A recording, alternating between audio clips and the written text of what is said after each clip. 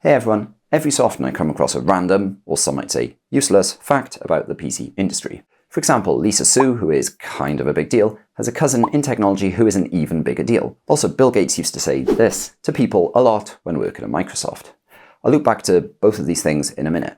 But firstly, I wanted to discuss Microsoft's illegal Embrace, Extend and Exterminate business strategy of the 1990s. This was an intentional strategy designed to kill off competitors. The Department of Justice investigated this under anti-competition rules and ruled that Microsoft's actions were part of a predatory campaign to crush competitors. This Triple E strategy, which is also sometimes called Embrace, Extend and Extinguish, has three phases. Firstly, Microsoft would embrace an open or public standard that many people relied on, like ensuring that Microsoft Office documents opened in various browsers, or that Java apps could run on pretty much any system worldwide. Microsoft would then deliberately move on to the Extend phase, where they would develop loads of helpful changes to these technologies.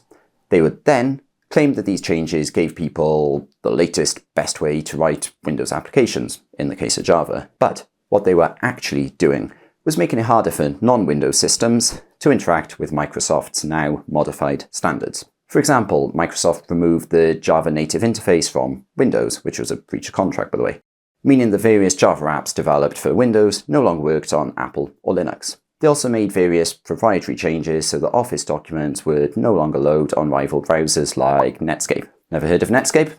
That's because Microsoft killed it.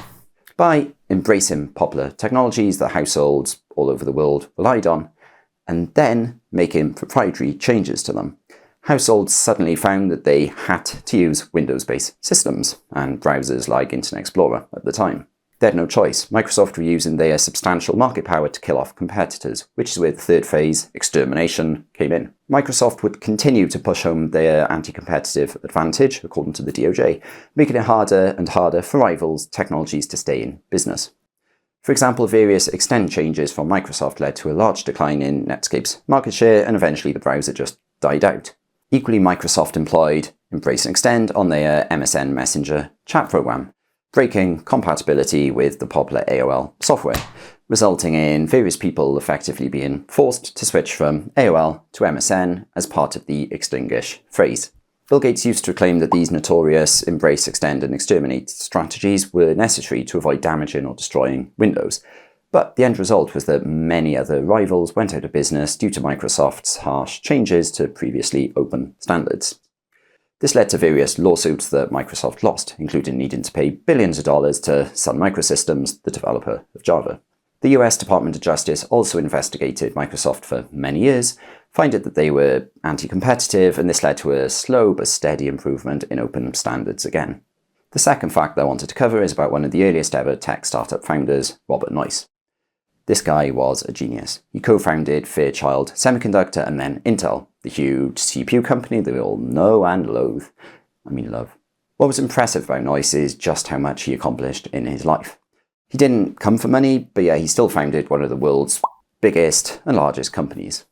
He did this through sheer skill and determination. At the age of just 12, he and his brother built a small aircraft, a freaking aircraft, that they used to fly off the nearby stable roofs. Noyce never gave up his creative spark, and in 1959 he co-invented the integrated circuit, basically the microchip. You know, the thing that's in everything nowadays, from our phones to our fridges. Jack Kilby technically invented the integrated circuit, but Noyce developed it and extended it, so it was much more useful, essentially. Many of Noyce's colleagues have actually won Nobel Prizes in physics for their contribution to technology, but due to some bad luck and bad advice, Noyce never won one. For example, a Japanese physicist called Leo Isaki won a Nobel Prize in 1973, but for something that Robert Noyce pretty much invented a year before. Jack Kilby then won a Nobel Prize in the year 2000 for the integrated circuit work, but Noyce passed away in 1990, so missed out again. All in all though, Noyce was such an inventive person and moved PC hardware on so much in just 3 decades. Moving on to the third thing I wanted to discuss. Steve Jobs, the co-creator of Apple, used to regularly email other tech bosses and rant at them. For example, on the 3rd of Feb 1998, Steve Jobs emailed Bill Gates, saying that he felt that the Microsoft team behind NetShow were threatening and rude about Apple's QuickTime technology. Jobs pointed out that Apple didn't trash Windows, okay, if you say so, and that it's really bad that Microsoft resorting to dirty tactics and tough rhetoric about Apple. Steve Jobs also tried forming an illegal system whereby the big tech companies would work together to ensure that none of their high-tech employees were ever poached by recruiters from the other firms. Jobs enforced this system by emailing other tech bosses and moaning at them whenever he heard of a recruiter trying to approach Apple staff.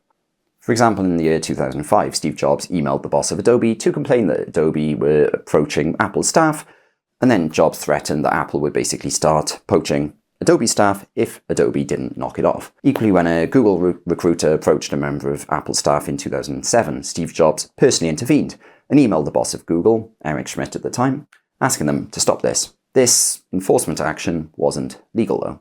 And after a DOJ investigation, Apple had to pay many millions of dollars of compensation to the US government. But it's quite interesting to see a CEO actually get involved in such a micro level. The fourth fact is that Bill Gates had a reputation for saying, "You're full of S. That's the stupidest effing thing I've ever heard," to his staff. Which, isn't really ideal. But here's the thing. Many people looked up big time to Bill Gates. And so if Bill Gates was stunned, hearing this was almost seen as a good thing. It was a slightly joking way of saying, "Great job." Scott Bayless, who was part of the original team working on Flight Simulator 2000, said that Bill Gates loved seeing how much detail the game included, and so Gates trotted out the "you're full of S" line to the team. But this wasn't taken as a huge insult. Bayless pointed out that this was actually high praise, and it was seen as a big positive. I personally don't like managers saying this to me, but what do I know? I don't run a $3 trillion company. Maybe that's just the done thing at companies like that. My final fact is that Lisa Su, the boss of AMD, is actually cousins with Jensen Huang, the boss of Nvidia. Yep, AMD and Nvidia are big rivals, but yet they're run by people from the same family. Family get-togethers must be awkward.